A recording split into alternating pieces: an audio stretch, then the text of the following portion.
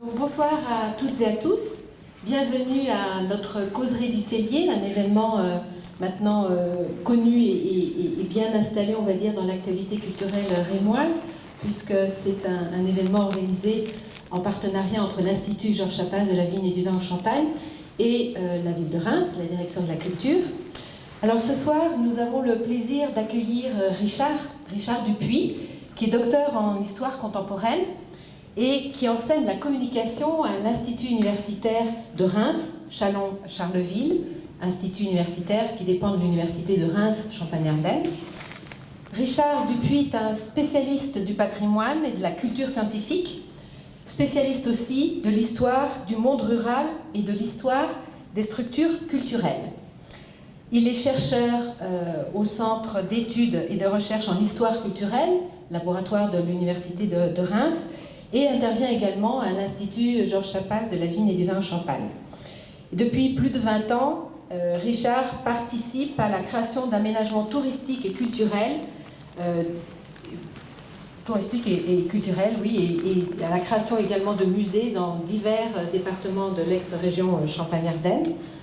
Il est également conseiller scientifique pour le parc naturel régional de la montagne de Reims et intervient régulièrement dans le monde de la culture scientifique et technique, au Conservatoire national des arts et métiers, et dans d'autres régions viticoles, Bourgogne notamment, Franche-Comté. À son actif, plusieurs publications, dont prochainement, et il convient de les citer, les musées agriculture et histoire qui seront prochainement publiés chez l'Harmattan, et également un livre en cours de finalisation, Musée du vin et développement des territoires viticoles. Alors ça fait la parfaite transition justement avec le thème de notre intervention ce soir, puisque c'est un thème finalement peu connu, celui des musées du vin. Un thème pourtant important depuis déjà fort longtemps, mais qui prend une acuité particulière aujourd'hui, j'ai envie de dire, avec notamment en Champagne l'inscription au patrimoine mondial de l'UNESCO. Cette thématique de patrimonialisation des régions, des territoires viticoles est aujourd'hui un enjeu d'attractivité, un enjeu économique et de développement touristique majeur. On va le voir donc en Champagne, mais également dans d'autres régions et puis au niveau international. Donc merci Richard d'être avec nous ce soir.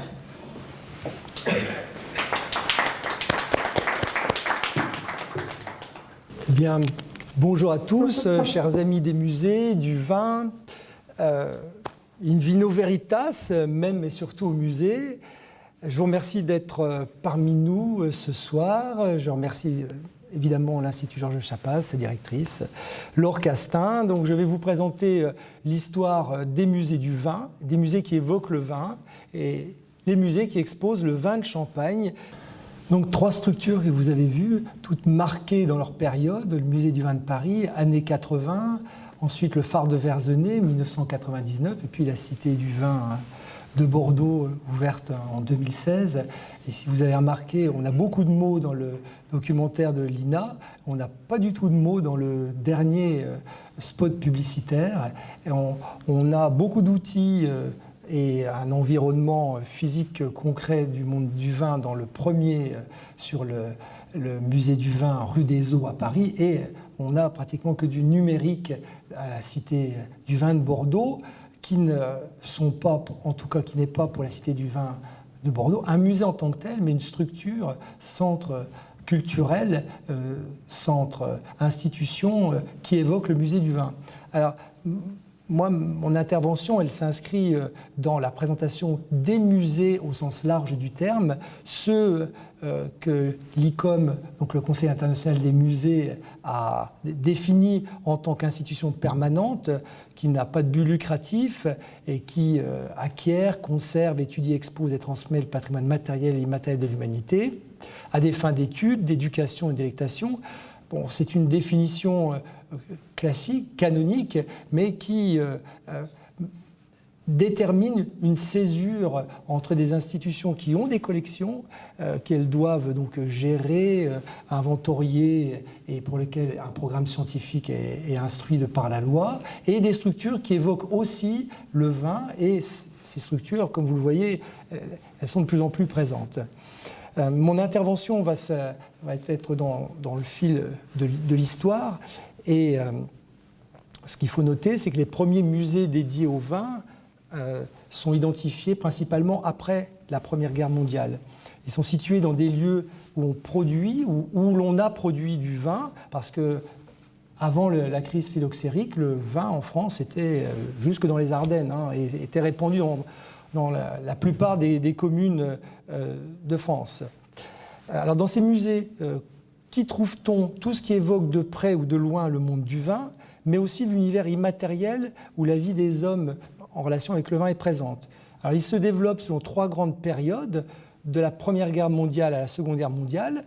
Il se développe avec une autre temporalité des années 1950 aux années 90, puis pour une 3e et dernière période des années 90 à nos jours. Les identifier et les connaître, ça donne une perspective inédite sur les territoires grâce à une approche mémorielle et patrimoniale, une vision culturelle du vin. Force est de constater que ces ressources territoriales, dès les années 1930, intéressent le tourisme, et en particulier en Champagne. On le verra d'ailleurs avec le cas du musée d'Épernay. Et plus récemment, le no-tourisme. Enfin, ces structures, elles participent, pour celles qui sont implantées en milieu rural, à une revalorisation, une revitalisation du monde rural. Alors, il y a plusieurs voies d'observation qui s'ouvrent concernant ces musées.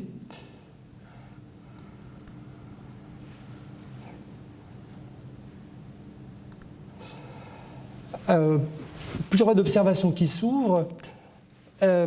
La première serait, alors déjà je vous présente le plan, je vais faire une tournée générale et présenter à partir de quelques régions, d'une part que je connais un peu plus, et puis me semble-t-il plus en pointe sur la question des musées du vin, l'état, l'histoire de ces musées. Ensuite je ferai une focale sur notre région, en tout cas la partie champenoise de la région Grand Est. Et en conclusion, je donnerai quelques points d'observation sur les structures qui ont réussi, qui se mettent en place, et donc on finira la coupe, on ne laissera pas les bulles s'échapper.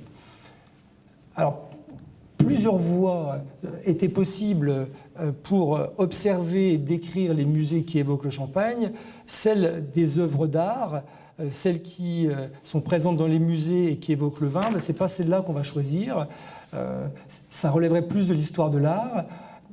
Ce n'est pas non plus les expositions qui concernent le vin qu'on pourrait trouver dans les musées. Une des plus importantes était celle de 1964 au musée Galliera à Paris, qui s'appelait Le pain et le vin. Là, on a donc un tableau de Bernard Buffet, mais c'était je dirais un collector des grands peintres de cette époque qui évoquait le vin. Ça ne sera pas non plus celle qu'on évoquera, bien que, et on le voit dans la diapo suivante, à la Cité du vin de Bordeaux, on s'attache des collections artistiques, on fait vivre la structure également avec des collections artistiques, des expositions artistiques autour du vin.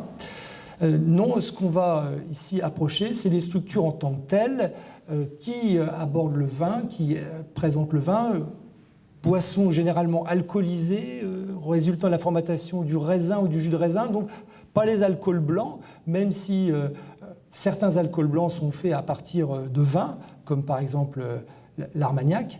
Alors il faut noter la multiplicité du vin, des vins qui vont donner une multiplicité de musées, tant par leur couleur, rosé, rouge, blanc, que par leur terroir, qui donneront donc des accroches territoriales à ces structures, que par les cépages présentés, la manière de le distribuer, le vin, le nom des récoltants, etc. Donc tous ces éléments qui permettent de décrire le vin seront partie prenante des objets, des collections des musées. À l'heure d'aujourd'hui, au tournant du XXIe siècle, la patrimonialisation du monde rural rime avec le développement local. Les musées du vin participent de ce mouvement, ce qu'on va voir, dans lequel le terroir et les produits sont étroitement associés. Alors ce choix d'aménagement du territoire, il est autant culturel qu'économique, il convoque la mémoire dans un but de développement des territoires. Alors l'histoire des musées du vin n'est pas connue. Il n'y a pas d'ouvrage d'ensemble sur cette question. Et d'ailleurs, les musées du vin sont peu compris dans leur globalité. Le touriste ou l'amateur se déplace dans une région viticole. On profite pour voir le musée du coin, entre guillemets, mais il n'existe pas, par exemple, de route de musée du vin ou d'association de musées du vin. tandis que chaque vignoble dispose bien évidemment de routes. Pour caractériser ces musées, sur les 550 000 notices de biens muséaux présentes dans la base Joconde, donc la base des objets du ministère présents dans les musées du ministère de la Culture, 1553, je dirais seulement, évoquent le vin. Objets du vin sont présents sur cette base. Donc ça ne représente pas beaucoup.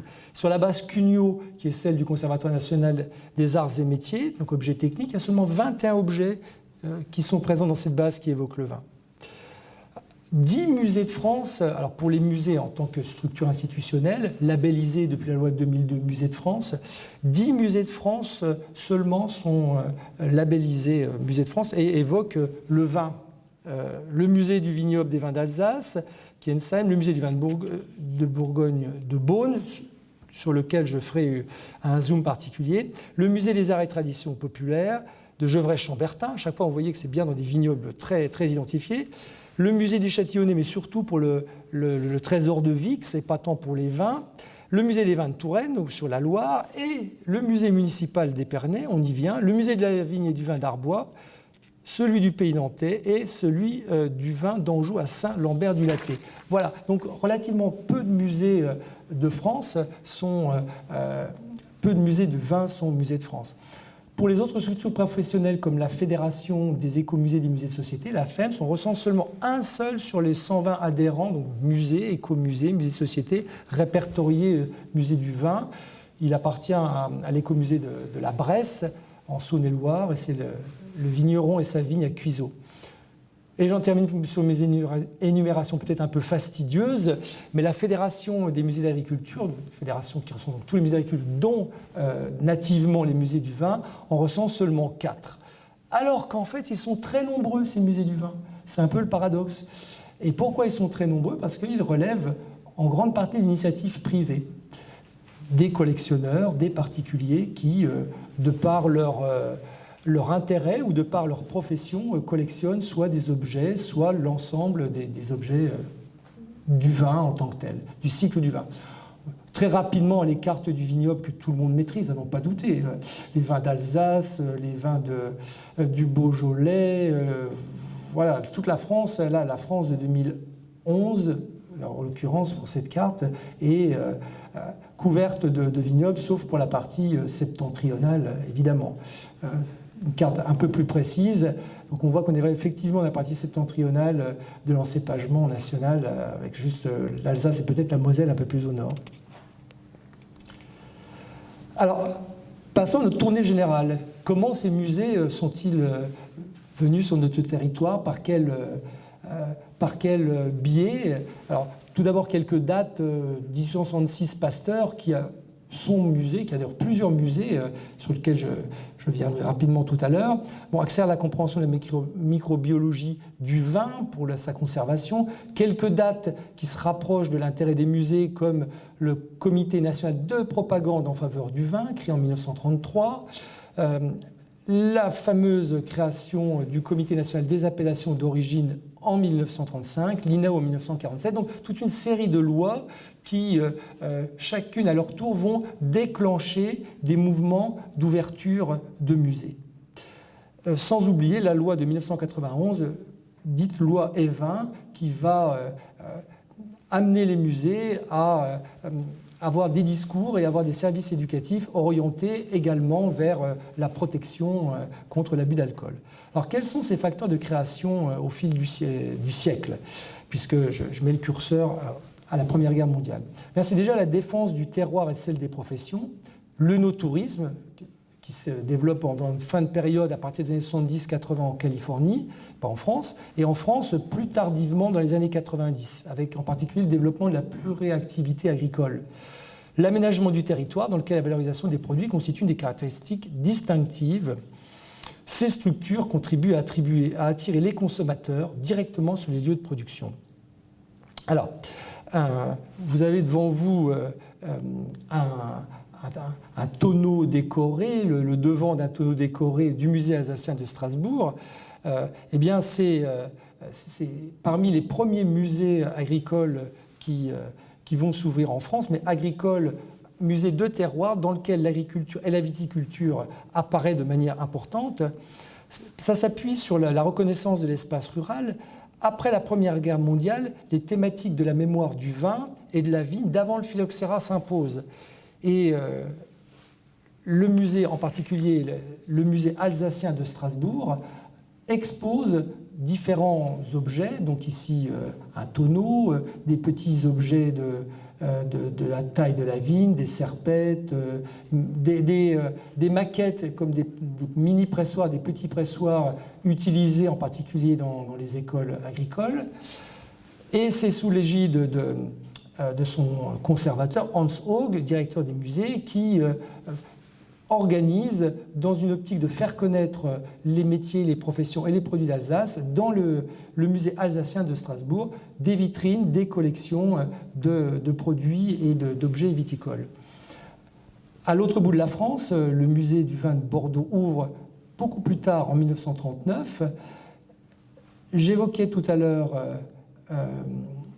l'Alsace, j'y reviens avec le musée Unterlinden de Colmar. Alors ce n'est plus accessible. Je me suis rendu au musée Unterlinden l'an dernier à sa réouverture. La cave n'est plus présente dans le musée. C'est dommage. Ça fait partie du repli des musées d'ethnologie, des collections d'ethnologie en ce début de XXIe siècle. Et ces objets ne sont plus là.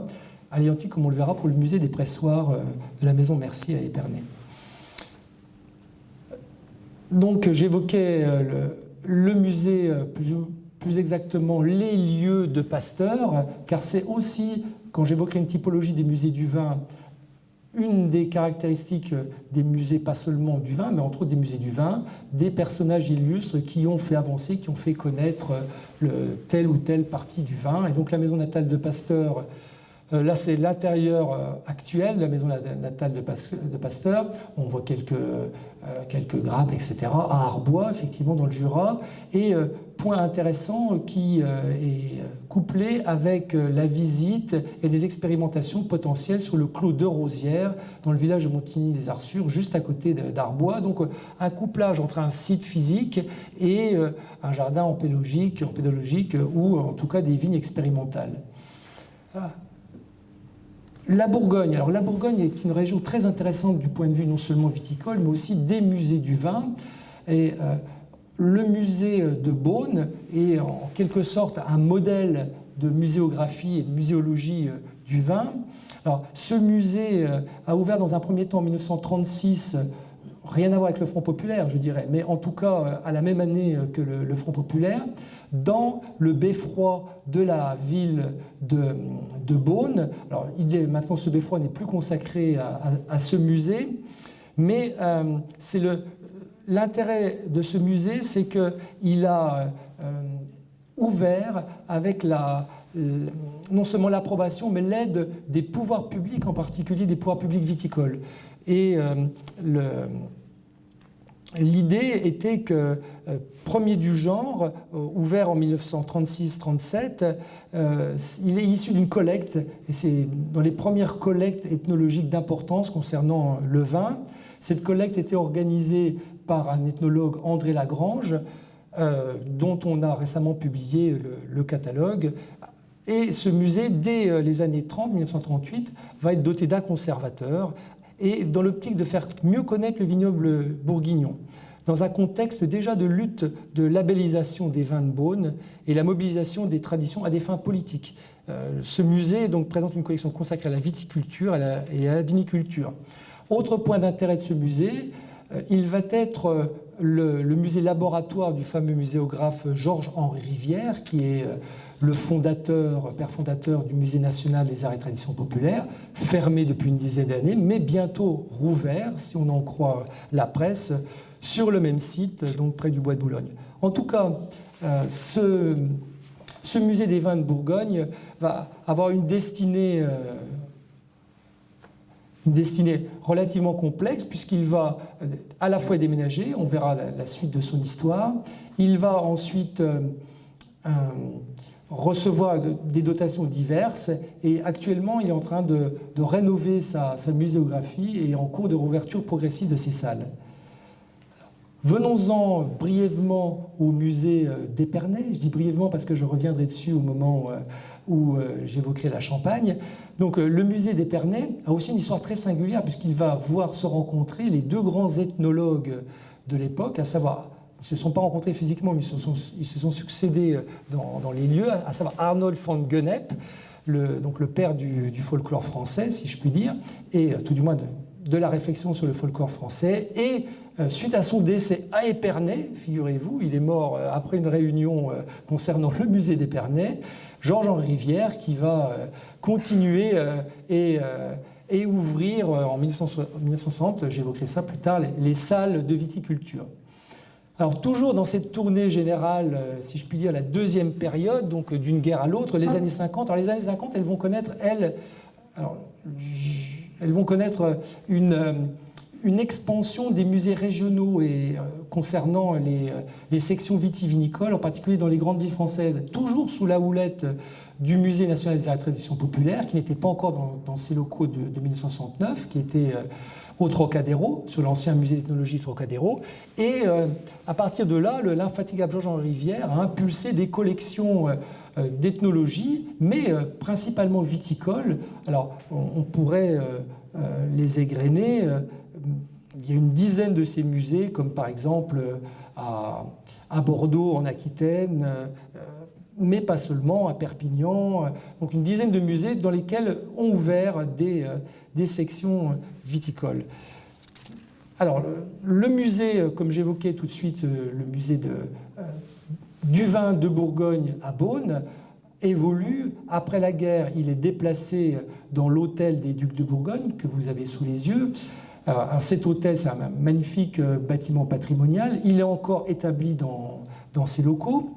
Et il va être pratiquement dans l'état des années 50 à son ouverture, tel qu'on peut encore l'apercevoir dans son jus, je dirais, à part les 2 ou 3 salles rénovées.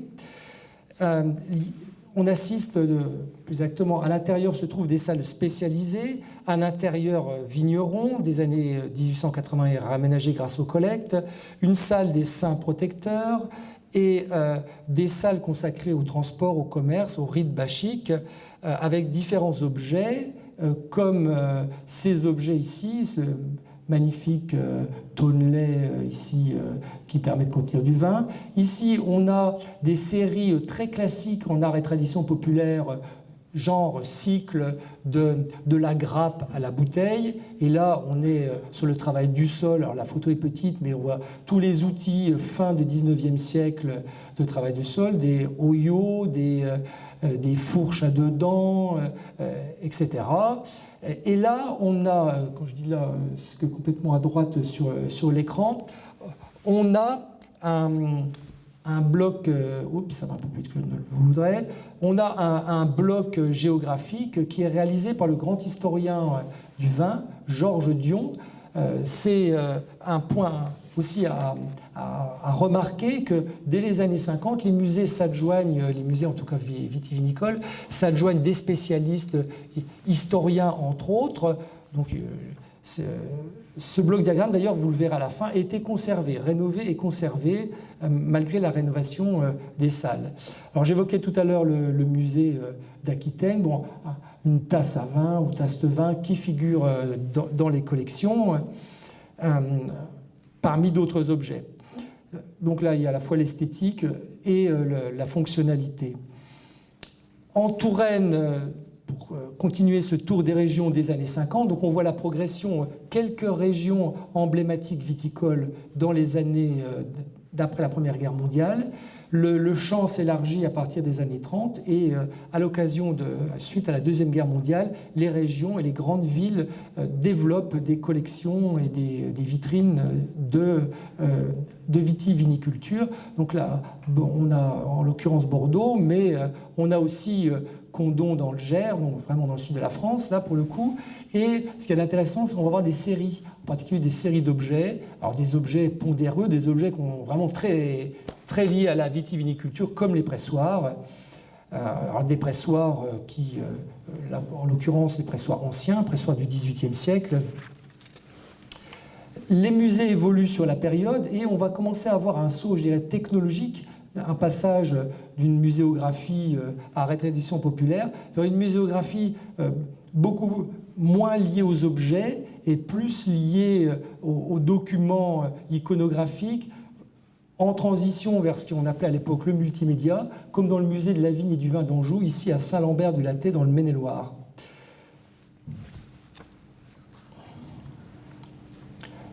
Un autre musée très intéressant, qui est celui du Jura, qui lui est un mix entre les musées de la vigne et du vin d'Arbois dans le Jura, qui est un mix entre les musées art et tradition populaire et les musées qui intègrent les nouvelles technologies.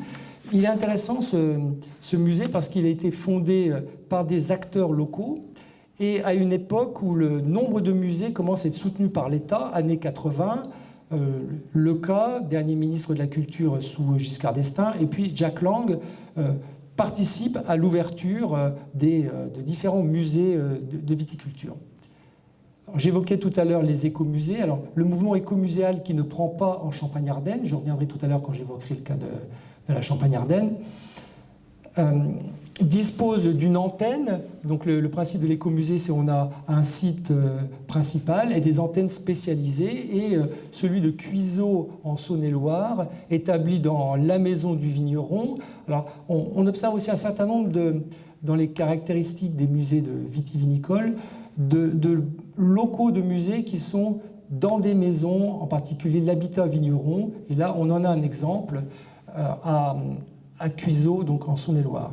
Sur la période, différents musées ouvrent. L'Alsace, que j'évoquais tout à l'heure à travers le musée alsacien, a ouvert un autre musée intéressant qui s'appelle le musée du vignoble et des vins d'Alsace à Kiensen dans le Haut-Rhin.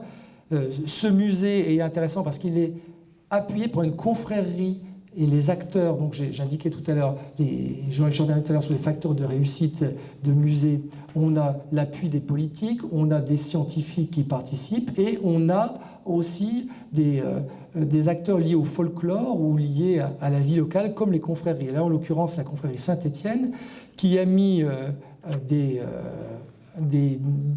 pas sur l'image que vous voyez, mais en Alsace, donc dans le musée du vignoble et des vins d'Alsace. D'autres musées, comme le musée du vignoble nantais, sont sur cette même logique, c'est-à-dire partir des acteurs locaux, des associations, pour ensuite ouvrir les musées. Les années 80 vont connaître l'explosion de la patrimonialisation du monde rural, de l'agriculture et de ses produits. Alors, il y a X musées, je ne vais pas en faire un inventaire à l'après-vert, mais on a vu là les éléments principaux, des musées plutôt tournés vers les arts et traditions populaires, des musées plutôt tournés vers les nouvelles technologies, vers l'immatérialisation des présentations. Et on arrive dans les années 90, dans un choix de musée, alors musée ou plus exactement de sites qui présentent le vin, au hameau du vin dit hameau du Bœuf. Je ne sais pas s'il y en a qui sont allés voir ce lieu qui est ludo-touristique sur plusieurs hectares avec un petit train. Alors à la fois c'est musée. Si vous regardez la diapo de gauche, il y a des collections, il y a des séries qui sont documentées, qui sont présentés de manière logique, si ce n'est scientifique, mais en même temps, si vous regardez la photo de droite, eh bien, c'est des lieux de convivialité pour les séminaires, pour les familles, il y a des activités pour les gamins, il y a aussi des activités pour les scolaires, malgré que c'est le vin. Donc, on va trouver là un ensemble de services. Donc, on évolue, on ne rejette pas une muséologie, une muséographie peut-être datée, liée à la présentation des objets physiques, mais on en arrive à un panel de services pour attirer, parce que c'est en appui à une exploitation viticole d'importance, et on trouve donc ces services. Toujours dans les structures, peut-être vous l'avez aussi visité un peu plus au nord, en Bourgogne, en Côte d'Or, l'Imaginarium, c'est un peu sur le même principe, mais alors cette fois-ci sans tout ce folklore lié au repas, etc. On a un lieu où on a beaucoup d'immatérialité avec des objets. Donc toujours ces diversités de musées. Tous ces musées se réfèrent directement ou indirectement, je l'évoquerai dans le cas de la Champagne-Ardenne, aux expositions universelles. Et si vous êtes allé à l'exposition universelle de Milan, par exemple, là c'est le pavillon français, il y avait toute une partie sur le vin, donc présentée d'une manière un peu poétique, si je puis dire, mais ça rentre aussi dans le cadre d'une certaine patrimonialisation du vin à travers les bouteilles, les différents produits. Et si je me rappelle bien, tous les vins de France AOC étaient représentés là sur... il fallait lever la tête, mais bon, étaient représentés en haut. Et pour en terminer au niveau français sur l'évolution de ces structures, la Cité du vin de Bordeaux, dont j'ai montré le clip tout à l'heure, on en pense ce qu'on en veut, hein, mais elle était vraiment conçue comme, si je reprends le texte même des supports publicitaires pour le coup, et des discours, en particulier celui d'Alain Juppé au moment de l'ouverture, comme une porte d'entrée et un atout touristique indéniable.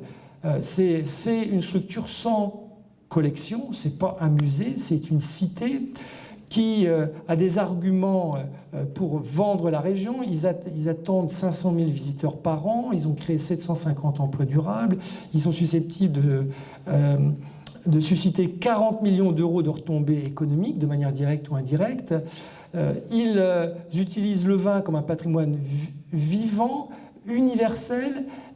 Ils entrent dans une guerre interrégionale pour représenter le vin au niveau national, parce que c'est cité du vin, pas du vin de Bordeaux, hein, du vin. Donc le champagne, potentiellement, est un des vins qui rentre dans cette cité du vin. On est clairement dans une guerre qui ne dit pas son nom pour représenter au niveau international les vins de France. Tout n'est pas fini.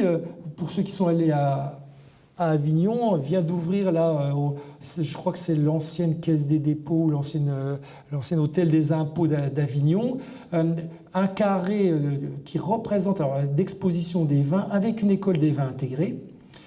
Alors j'évoquais tout à l'heure, toujours dans ce continuum de l'exposition, de la progression de l'exposition du vin, de ces objets, la rénovation du musée, ce n'est pas des vins de Bourgogne, c'est du vin de Bourgogne, j'ai fait une petite erreur.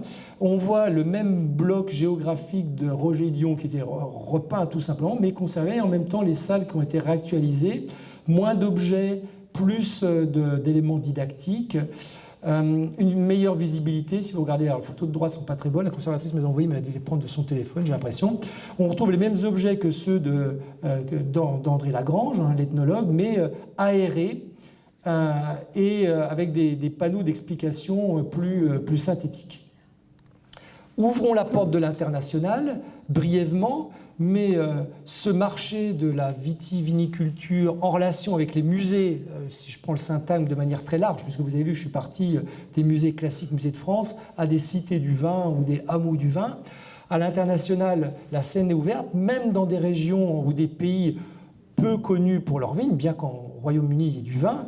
En tout cas, Vinopolis à Londres, je n'y suis pas allé, mais il semble que cette structure marche bien. En Australie, il y a aussi National Wine Center, une structure qui propose à la fois la consommation, également des productions en bas, on peut apercevoir les vignes. Et peut-être pour terminer sur cette première partie, les caves du Louvre, je n'y suis pas allé, mais si j'ai bien compris, c'est en dessous du Louvre, dans la grande galerie avec les magasins, etc., à cet endroit-là. Et tout passe à travers une tablette, et tout est organisé à travers une tablette qu'on reçoit. Et il y a à la fois des objets, mais c'est extrêmement numérisé. Et il y a de la dégustation, de la vente.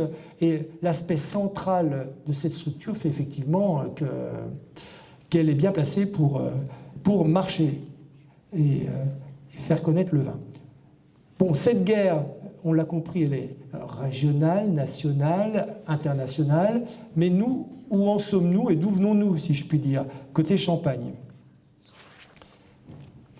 Bon, si les Romains ont effectivement amené la vigne au IVe siècle après Jésus-Christ, le vin effervescent de Champagne n'est mis au point apprécié qu'au XVIIIe siècle. Notre région a tous les atouts pour que ça marche bien, en côté patrimonial, des patrimoines riches, diversifiés, des patrimoines géologiques, souterrains et aériens. Alors dans le patrimoine géologique, le premier patrimoine qui sert de musée, et je l'évoquerai tout à l'heure, les caves. en l'occurrence des caves non rémoises, le champagne Panier, donc la coopérative Panier à Château-Thierry. On ne le voit pas bien, mais alors il y a eu des études historiques approfondies sur ce petit personnage à gauche. C'est un archer. Donc ces caves ont servi, je crois, au Moyen-Âge. C'est le fameux archer à tête zoomorphe. Donc des graffitis, vous voyez jusqu'où va se loger le patrimoine. Et à droite, les caves Joseph Perrier, bien connues pour leur forme et leur réflecteur, mais qu'on ne voit pas là, qui réfléchit la lumière dans les caves. Mais bon, là, on est sur l'aspect calcaire, si je puis dire. Ça, c'est le patrimoine. Donc beaucoup d'atouts à partir des caves, des paysages. Sur le musée en Champagne, remarquons dès l'abord qu'il naît principalement, là je suis sur des cas, donc de l'initiative privée. Et on a, pour catégoriser les musées ici en Champagne, on peut prendre la clé de lecture publique-privée, c'est une bonne clé de lecture. On peut aussi prendre la clé des bâtiments, des locaux. Alors si on prend la première clé qui est celle des musées privés, le musée est d'abord perçu comme un outil de connaissance et d'identification de la marque, et pas directement, et également comme un outil de promotion. Ces musées de marque, ils relèvent d'une prise de conscience identitaire, mais surtout d'une prise de conscience commerciale. Alors notons qu'au niveau de la région et de manière générale, des freins à la création de musées sont relativement notoires, comme par exemple à la fin de la période, c'est-à-dire vers le XXe, XXIe siècle, on constate que les prises de décision de l'initiative privée se réalisent en dehors du vignoble. C'est-à-dire qu'un musée en Champagne, ça n'intéresse pas trop quand les décisionnaires sont à Paris ou à New York. Et est-ce que c'est vraiment rentable? Donc c'est vraiment des facteurs qui vont minorer l'action privée que j'enregistre en début de période. Il faut aussi noter que la puissance publique manque parfois de fonds et qu'il est difficile d'identifier une ville référence pour le Champagne, pour qu'un musée du Champagne s'établisse et représente, ou un centre représente le Champagne en tant que tel. Alors il faut mettre en regard le succès du produit, la réussite du modèle productif et commercial et le peu de patrimonialisation concertée. Parce que les maisons s'identifient souvent à travers leur patrimoine culturel, château, cavine, mais hésitent à créer et à maintenir un musée. Donc en fait, on a globalement, sur la période et encore actuellement, une valorisation protéiforme du vin de Champagne. Il y a de nombreuses collections présentes chez les vignerons et dans les maisons. On pourrait citer, ce n'est pas exhaustif, mais Moum, Bollinger, de Casséane, Martel, etc. Prenons une des premières de celles-ci, la maison Moët et Chandon. Donc cette maison a entretenu sur le site d'Auvillers. Là, on voit des photos de l'abbaye, la fameuse abbaye d'Auvillers, ou berceau du Champagne, a entretenu un musée privé pendant une vingtaine d'années. Bon, ce musée maintenant sert, à la limite, la responsable du musée m'a donné le petit texte exact qu'il faut dire sur ce musée. C'est le lieu qui inspire la création de la cuvée Dom Pérignon. Donc, il est accessible seulement maintenant au public à l'occasion des journées particulières. Des journées particulières, et je crois même à l'occasion des journées du patrimoine, mais ce sera vérifié. Alors toujours en parlant des musées de maison, le musée des pressoirs Mercier. Alors maintenant, le musée Mercier à Épernay, tout au bout de l'avenue d'Épernay, est connu pour son petit train, et son fameux foudre de l'exposition universelle d'histoire 89, amené, tracté par les bœufs, et Eugène Mercier en tête, etc. Mais il recèle encore, il est malheureusement fermé au public, le musée des pressoirs, très intéressant musée. On voulait s'y rendre avec l'Académie d'agriculture il y a quelques années avec le regretté François Sigaud, ethnologue du vin. On n'a pas pu y aller parce qu'il est fermé pour des raisons de sécurité, alors qu'il recèle des trésors. Les photos ne sont pas très bonnes, mais on voit tout un certain nombre de pressoirs verticaux, horizontaux, de différents siècles. Toujours dans les musées de maison, une vieille maison rémoise, en tout cas pour les caves, puisque ce sont des caves séculaires. La maison Martel, c'est une maison récente qui s'établit une vingtaine d'années là, rue des Créneaux à Reims, près de la rue du Barbâtre. Elle recèle un petit musée, je dirais, pas scientifique ni très organisé, mais musée intéressant, mais qui a fermé le mois dernier. Pour des raisons de sécurité. Je voulais le revisiter pour faire quelques clichés, et non, il est fermé. Toujours dans les musées de maison, le musée, alors là, je n'ai pas forcément les photos les plus révélatrices de ce musée, c'est le musée de Castellane à Épernay, qui est une maison qui est sur 2 sites, un Tours-sur-Marne et Épernay. Alors ce musée est très intéressant, alors ces photos ne sont pas forcément les plus révélatrice parce que c'est le seul musée du remuage du champagne. Alors, ce musée a été créé à la demande du directeur de l'époque, René Dumont, et c'est le chef de cave, un petit peu plus vite que je ne voulais, c'est le chef de cave qui gère encore, qui vient encore organiser, voire améliorer, compléter, c'est la partie souterraine dans la cave. Toutes les séries d'objets, de machines liées au dégorgement. J'étais très surpris parce que c'est beaucoup plus important que je ne le pensais. Maintenant, le dégorgement se réalise par glaciation du col, mais avant le système à blé, on a eu vraiment toute une inventivité. Là, on voit le remuage de ce côté-ci, et puis ici, le creusement des caves. Vaste opération à Épernay en particulier. Alors, autre musée fermé au public pour le coup, le musée de la maison Bollinger à Haï. Alors, ce musée est destiné au public, aux hôtes de marque de cette maison. Alors, ils ont là, on voit, c'est des machines qui permettent de compléter avec du vin de la liqueur d'expédition les bouteilles après dégorgement. Ils ont là j'ai mis la liste qui est illisible, mais pour que vous ayez simplement l'idée des objets qu'ils ont, ils ont une 50aine d'objets, mais issus de leur matériel de cette maison. Je disais tout à l'heure que là, je suis dans une première période qui va jusqu'en 1998. Je me suis calé sur les dates du musée d'Épernay que j'évoquerai après, sa fermeture et son ouverture, fermeture en 1998 et réouverture l'an prochain, probablement. Voilà, dans 2 ans, voilà, merci de nous le préciser. Donc, toujours sur cette période, et là, on est plutôt dans les années 80, l'écomusée de Yi. Donc l'écomusée de Yi qui a un petit, je suis un peu vite là, qui est établi, on en arrive au concept de maison vigneronne que j'indiquais tout à l'heure, beaucoup présente dans d'autres zones viticoles qu'en Champagne-Ardenne, mais on trouve en particulier là des différents outils dans cette maison, sa petite échelle, mais ça restitue bien l'ambiance d'un village. Et l'intérêt également, c'est d'être accroché à la route touristique du Champagne. C'est aussi un des facteurs de développement de ces structures. Arrivons-en maintenant aux années 1998 à nos jours. Donc 1998, je disais fermeture du musée d'Épernay, certes, mais là j'ai parlé de l'initiative privée. L'écomusée d'Haï, je suis allé un peu vite, mais c'est une initiative de collectivité territoriale, d'une commune en tant que telle. Je n'ai pas évoqué, mais je vais le faire rapidement, le moulin d'en haut dormant, c'est pareil, une remise aux outils champenois. C'est aussi de l'initiative d'une collectivité territoriale. J'en arrive maintenant aux initiatives toujours de collectivité territoriale, mais au niveau technologique, avec un bond en avant. Je qualifie la génération multimédia, puisque c'est le phare de Verzenay. Donc le phare de Verzenay, bien connu, qui a rempli son pari. Donc ici, on voit donc la vue extérieure.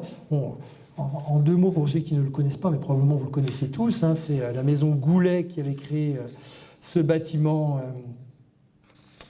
à optique publicitaire, disons-le, au début du XXe siècle. Et il y a eu le pari appuyé par le Parc naturel régional de la Montagne de Reims et d'autres partenaires de le transformer en musée. Alors l'intérêt, c'était une collecte auprès des habitants, les bouquins, les habitants de Verzenay, et aussi d'avoir un mix, c'est vraiment un musée de transition, parce qu'à la fois on a les collections à la Georges-Henri Rivière dans le bas du musée, et en même temps on a là c'est les photos de Pascal Street des 4 saisons que l'on voit, de la lecture de paysages. Ici, on voit des espèces de consoles, pas vraiment multimédia, mais si je me rappelle bien, il y a de l'audio et des images qui défilent.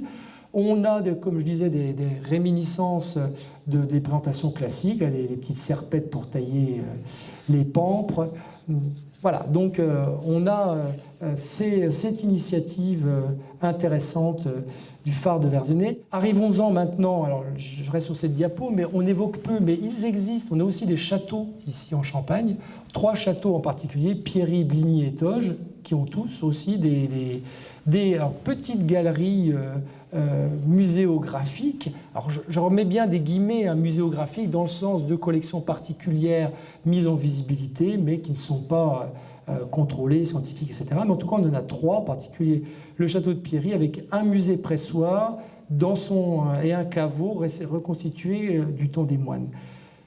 Dans cette vague de musées qui se développent et qui font se développer, à mon avis, de plus en plus, ce sont les musées de vignerons ou d'amateurs. Alors, certains ont fermé intéressant, comme la ferme des Bermonts, qui était, elle a eu une durée de vie d'une 20aine d'années. On avait reconstitué à Rilly-la-Montagne une maison complète de vignerons, de maîtres vignerons. Elle a fermé, et c'est le drame des structures privées, elle a fermé, et après la mort de son propriétaire, la collection disparaît et dispersée. Voilà le drame des structures privées. On pourrait aussi citer le musée agricole et viticole à la ferme de Flancourt, près de Fismes, et un zoom un peu particulier sur celle du député Henri Martin à Cumières, musée des métiers du Champagne.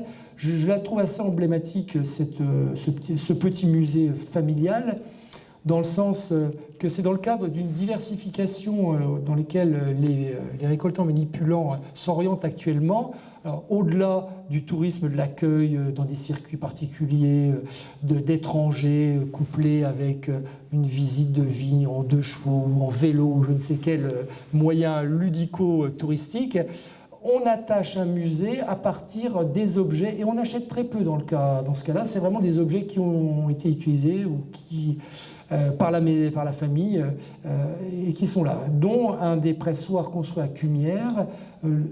À l'époque, c'est-à-dire début du XXe siècle, dans les communes, il y avait il y avait 3 fabricants de pressoirs, en particulier à Cumières. Alors là, voilà le grand, je dirais le grand, même s'il n'est pas très grand géographiquement, il est très grand par une collection immense, je crois que c'est une des plus, même au niveau national, concernant le nombre d'objets du vin. C'est le musée de Bernard Launois au Mesnil-sur-Oger. J'y suis allé plusieurs fois. Il y a vraiment toutes sortes. Alors l'intérêt, c'est qu'il y a des séries complètes d'objets selon les différents domaines du travail de la vigne. Et au-delà, tout ce qui peut concerner, par exemple, les muselets, l'habillage, l'art, les objets et les biens dérivés autour du champagne. Alors Bernard Launois est bien connu, je sais qu'il est conseiller dans différents musées sur ces aspects. Donc c'est un musée un musée de collectionneurs, c'est-à-dire on ne va pas chercher là l'aspect scientifique raisonné, on va trouver une accumulation qui vaut par sa richesse et la rareté et la cherté, d'ailleurs il faut le dire, des biens que parfois la puissance publique regarderait à plus d'une fois à acquérir. Alors toujours dans ce continuum des musées régionaux, musée, oui et non, je dirais structure qui évoque le Champagne, le préambule à Trépaille, on est plus dans l'idée d'une structure que je qualifie de sympathique, mais dans laquelle on donne des informations, mais qui s'adresse à un public familial, plus sur le principe du ludo-éducatif. Les musées de coopératives, les musées de coopératives qui sont dynamiques, qui depuis une dizaine d'années ajoutent à leur activité de monstration du travail, de visite, de ce qui se passe dans leur coopérative. Des musées, alors 2 principalement, alors je ne suis pas forcément sur la bonne diapo concernant le premier que je veux évoquer, à savoir le musée Don Caudron, les confidences de Don Caudron à Passy-Grigny. C'est un musée de coopérative intéressant parce que c'est un peu sur le principe des économusées québécois. On voit à la fois la production et en parallèle on a les outils d'avant. C'est intéressant et comme bien souvent sur ce principe, ça se termine dans une grande salle où on voit un film qui résume l'activité très succinctement, là, si je me rappelle bien, mais de manière efficace, à la fois de la maison, évidemment, et du travail de la vigne. Et j'en termine sur les musées non, je suis sur la bonne diapo cette fois-ci, les musées coopératifs, avec, je ne mets qu'une diapo, mais on pourra en mettre vraiment énormément. Coopérative Collet, Cogévis, c'est les métiers, le musée des métiers du Champagne. Donc là, on a vraiment un travail muséographique sérieux, avec une collection qui est organisée. Là, on voit la salle du haut, si je me rappelle bien. À la fois, l'intérêt, c'est qu'on est face au vignoble, et en même temps, on voit les outils de travail du vignoble. Alors, elle a une collection très complète qui intègre des affiches, du matériel lourd, du matériel léger. Et en prime, il y a des conférences d'organiser et des activités diverses, culturelles, autour du vin et des métiers de la vigne. Ils font une journée porte ouverte, je crois, cette semaine ou la semaine prochaine. Pour en terminer sur notre région, alors j'ai très peu évoqué, je reviens un petit peu ici quand même, pour en terminer sur notre région, le musée régional d'archéologie du vin de Champagne-d'Épernay. Je vais en parler un tout petit peu, mais dans la salle, il y a des spécialistes, des professionnels du musée, donc je marche sur des œufs à coquilles fines. Donc le musée va... Alors les réserves ont été inaugurées, je n'ai pas pu m'y rendre, mais je crois la semaine dernière. Hein. Comment ? Hier. Ah, c'était hier ? Ah d'accord, donc je me suis trompé de date. Je pensais que c'était... De toute façon, je n'aurais pas pu venir. Mais bon, donc les réserves ont été inaugurées hier. Donc on a déjà une démarche, comme souvent dans les rénovations de musées, déjà les réserves pour stocker. Alors les réserves, je ne crois pas, mais l'inventaire doit être en route, n'est sûrement pas terminé, hein, si j'ai bien compris, et non. Donc toutes ces opérations d'inventaire, de catalogage, de mise en réserve précèdent la rénovation du bâtiment et évidemment l'ouverture dans des locaux rénovés. Donc ça va être vraiment, je pense, un outil emblématique de la région, parce qu'on a les plus belles collections. Hein. Je crois qu'il y a il compte parmi les 50 musées de France qui ont une collection de plus de 10 000 objets. Ah oui, 100 000, je vous zappais un zéro. Oui, c'est ça, 100 000 objets. J'ai pas mis l'intervalle au bon endroit. Et il me semble qu'il y a 6 000 pièces consacrées à l'histoire du Champagne. Oui, c'est à peu près ça. Ouais. La majorité des collections, on a aussi des collections archéologiques. Voilà. Ça compte assez vite en termes de collections. Donc, ce magnifique musée doit rouvrir avec 4 volets concernant l'histoire du Champagne, le paysage, labellisation UNESCO peut-être oblige, je ne sais pas, mais en tout cas non, pas seulement, parce qu'on a vraiment des paysages emblématiques, l'implantation des hommes en Champagne, l'élaboration et l'histoire du vin de Champagne, et je parlais des illustres avec la Maison Pasteur tout à l'heure, les mécènes et aussi les explorateurs, parce qu'on a une belle collection de curiosités, hein, si je me rappelle bien, les mécènes et orientés autour de la Belle Époque. Il y a des structures qui ont fermé, des petites structures, là j'en termine, donc cette croissance. Les structures associatives ont du mal à tenir. À Essoy, il y avait un petit musée intéressant, une maison de la vigne, qui maintenant est la maison de Renoir, parce que Renoir a été en villégiature là-bas, donc voilà, elle a servi à ce nouvel usage. Alors, pour en terminer sur notre région, qui on le comprend bien, une région protéiforme concernant le développement des musées de Champagne. On a une structure forte qui est le musée d'Épernay, qui est la plus belle collection régionale de Champagne. On a une pluralité de petites structures de viticulteurs qui sont en développement, qui sont développées sur les périodes. On a des maisons qui ont des collections, mais qui ne sont pas pérennes, parfois de belles collections, mais on le voit, elles peuvent disparaître, en tout cas être fermées. J'évoque le cas Mercier, mais bon, j'espère que c'est le seul. Et on a des projets qui sont en tout cas plus que dans l'air du temps, projets de centre de culture scientifique technologique qui concernent le vin. Je crois savoir qu'il y en a un à Reims qui est en route, et il y en a un autre à Haï. Alors ce n'est pas contradictoire avec les musées, c'est en complémentarité, les uns pouvant renvoyer aux autres. Les buts, les intentions des visiteurs sont différents, sont complémentaires, l'un n'empêche pas l'autre. En conclusion, et pour en terminer de manière un petit peu plus générale sur ce tour de France et d'ailleurs des musées, bon, quels sont les facteurs de réussite de ces musées? Alors, tout d'abord, la pérennité des collections. Donc la pérennité des collections, la qualité et le nombre de structures et de services liés, on l'a vu, les facteurs de réussite pour les hameaux du vin, etc. Je ne dis pas que c'est un modèle qu'il faut suivre, mais en tout cas, c'est quand même des facteurs de réussite. Cet élément fragilise les musées privés qui ne peuvent pas développer un ensemble de services. Les expositions temporaires, j'en ai pas parlé, mais il est magnifique au musée des Beaux-Arts et d'autres. C'est aussi une force importante, mais là, ce n'est pas forcément dans le musée du vin, mais en tout cas, ça y participe. Probablement dans les derniers points, l'implantation des musées extrêmement stratégiques. Effectivement, être dans une ville ou à un carrefour qui permet d'être à la rencontre de flux touristiques, de flux professionnels, c'est effectivement un atout important. Ce sont les facteurs de réussite. Un point sur les typologies des musées du vin, ils sont très divers. Des musées généralistes et ensembliers, il y en a peu.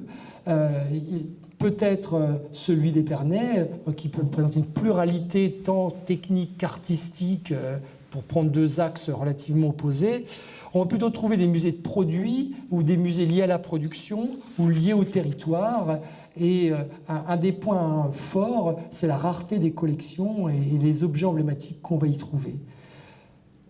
Bon, pour en terminer, je dirais quels enjeux en 2017 ? Bon, ce sont des enjeux autour de la fréquentation des publics. Donc, avoir un public suffisant, important, d'être labellisé aussi, et puis d'être en conformité avec les différentes lois. Tel ou tel chef de cave, quand on lit la littérature ou qu'on les rencontre, nous explique toutes les difficultés liées aux établissements et aux normes ERP en particulier. Donc, il y a des coûts très lourds derrière ces éléments-là. Donc c'est effectivement un enjeu, aussi l'enjeu de l'emploi, donc être relié aux formations liées au tourisme, à l'œnotourisme, au monde de la culture, et puis développer les territoires en synergie avec les acteurs locaux. Pensons à l'inscription au patrimoine mondial de l'UNESCO, entre autres. Je vous remercie de votre attention.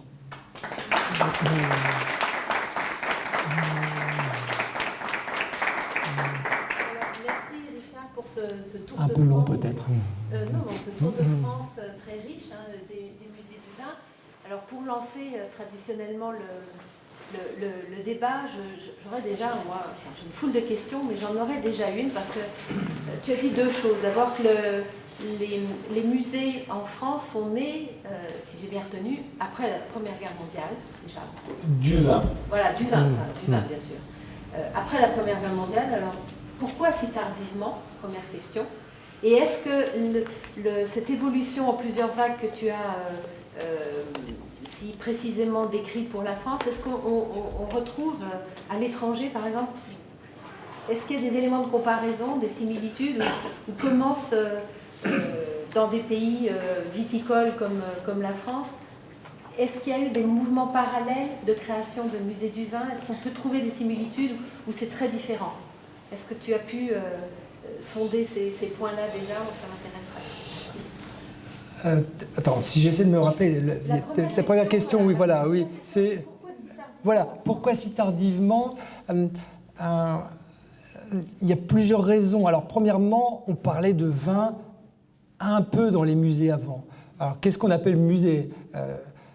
19e siècle, ceux qui sont à même à parler du vin, côté technique, j'entends, un côté non pas beaux-arts, ce sont principalement des musées de village, des musées cantonaux. Il y a eu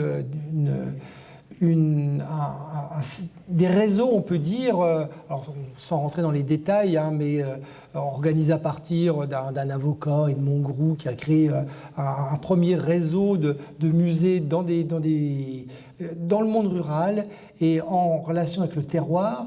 Et là, on a commencé à trouver, mais pas parce que c'était le vin en tant que tel, parce que c'était la production dominante qu'on trouvait partout, des vignes, etc. Donc on a déjà trouvé là des petites collections. Et dans tout ce mouvement du folklorisme de l'intérêt des territoires, on va trouver le vin en tant que tel comme identifiant du territoire. Ça existait déjà avant la Première Guerre mondiale. La Première Guerre mondiale, il y a un effet de mémoire, parce que premièrement, il y a eu des destructions énormes. Et deuxièmement, indépendamment, mais concurremment, il y a eu la crise du phylloxéra.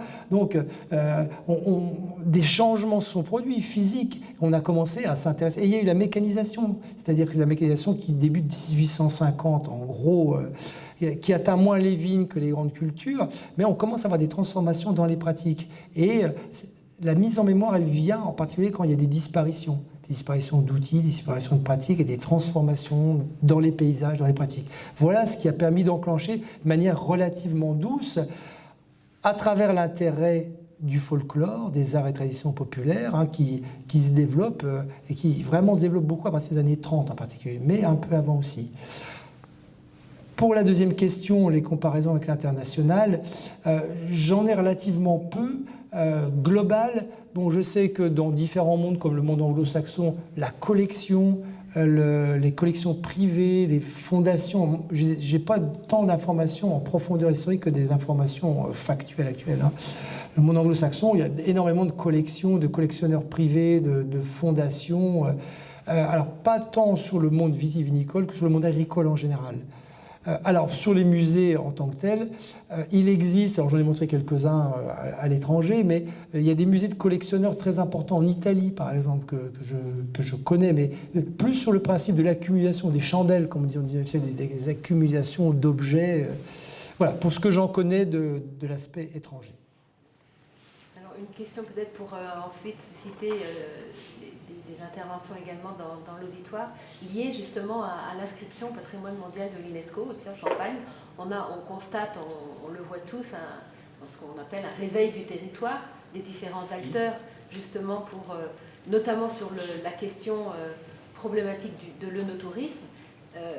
Alors, j'aimerais bien savoir, moi, dans le monde justement des musées, des collections, de la patrimonialisation, concrètement, quelles sont les incidences? Est-ce qu'il y a une réflexion collective au niveau du territoire? Comment ça se passe? Quelle est l'incidence, on va dire, de l'inscription au patrimoine mondial de l'UNESCO sur cette évolution des musées en Champagne?